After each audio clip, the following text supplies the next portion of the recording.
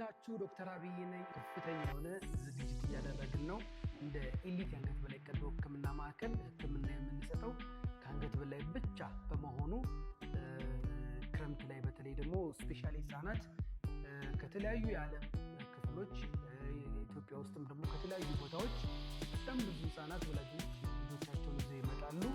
ለዛ ከፍተኛ የሆነ ዝግጅት አድርገናል። እንግዲህ ከተከፈተም ደግሞ ኤሊት 1 ዓመት ሊሞላው ኦልሞስት የተወሰኑ ሳምንታት ላይ የቀሩት። እንግዲህ ወላጆችዬ እኛም በጣም እየተዘጋጀን ነው። በጣም ከምታስቡት በላይ ከ200 በላይ ስታፍ እንግዲህ ተዘጋጅቶ ይጠብቃቸዋል ማለት ነው።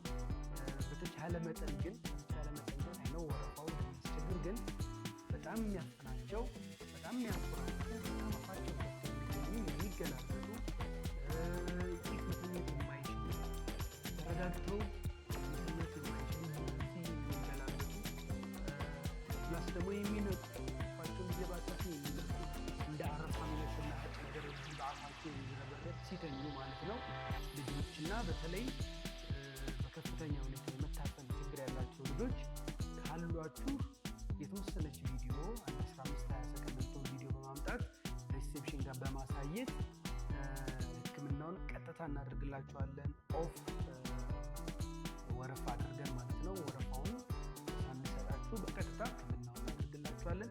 እንግዲህ እንደ እግዚአብሔር ፈቃድ ከፍተኛ